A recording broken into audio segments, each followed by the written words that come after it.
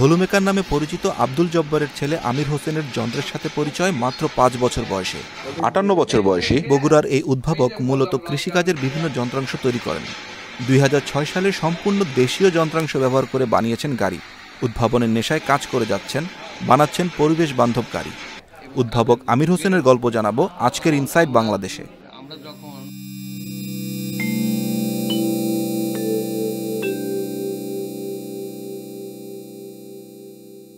আমার বাবা কলকাতা থেকে টারবাইনের কাজটা শিখে আসছিলেন, ওই কাজটা তখন আমি মাথায় রাখি।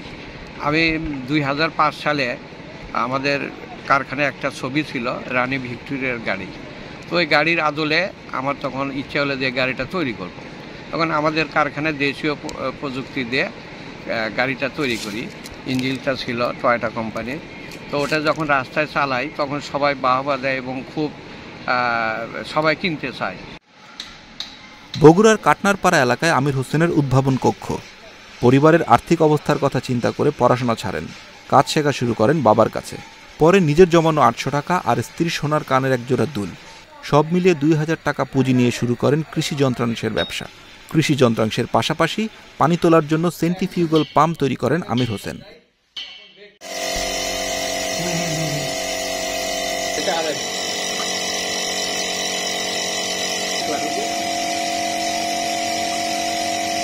আমাদের ওই টারবাইনের কাজটা শেখা ছিল, ওটা দিয়ে আমি তখন ইঞ্জিন ছাড়াই টারবাইনে আপনার গাড়িটা দাঁড় করাই এবং সেটা চালাই রাস্তাঘাটে, এবং সেটা আন্তর্জাতিক প্রযুক্তি মেলাও আমি ওটা নিয়ে গেছি। এটা আমি এখন ধরেন তৈরি করছি এই কারণে যে আমাদের গ্রামে গঞ্জে যে রাস্তার অবস্থা, যোগাযোগ ব্যবস্থা অত উন্নত না। এটা মার্কেটিং করা হলো না, অর্থনৈতিক বিভিন্ন কর্মকাণ্ডে যখন হলো না, তখন আমি কৃষি সাইডটায় আমার মেন কৃষি সাইডটা নিয়ে আমি কাজ করা শুরু করি।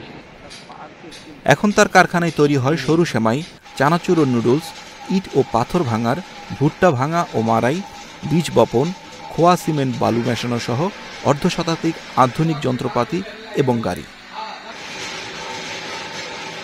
সময়ের সাথে তাল মেলাতে আমির হোসেন উদ্ভাবন করেছেন বৈদ্যুতিক ও শ্যালো ইঞ্জিন চালিত যান্ত্রিক ঘানি।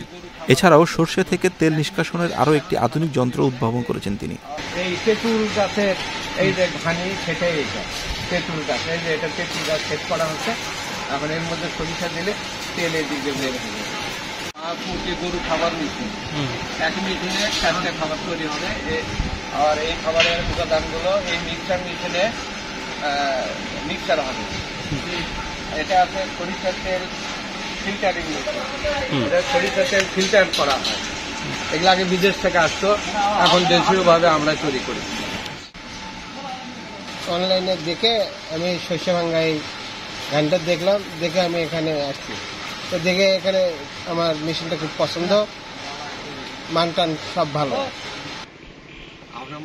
১৯৮২ সালে যখন বাংলাদেশে জাপানের মিৎসুবিশি, কুবোটা, ইয়ামাহা ইঞ্জিন আসে, এই ইঞ্জিনের পিয়ার পাঁচগুলেনের উচ্চ মূল্য ছিল এবং কৃষকের কেনার প্রায় অনপর্যায়ে চলে যাক। আমি তখন ওই পুরানা পেয়ার পাঁচটা জোগাড় করে, তখন আমাদের ঢালাই কারখানা ছিল, ঢালাই কারখানাতে আমরা শ্বাস মেরে লাইনার, পিস্টন প্রথম, আর আপনার পাম্প আর কি 4 ইঞ্চি 6 ইঞ্চি পাম্পগুলো, এই 3টে জিনিস আমি উদ্ভাবন করি এবং সেটা আপনার সারা বাংলাদেশ ছড়ে যায়।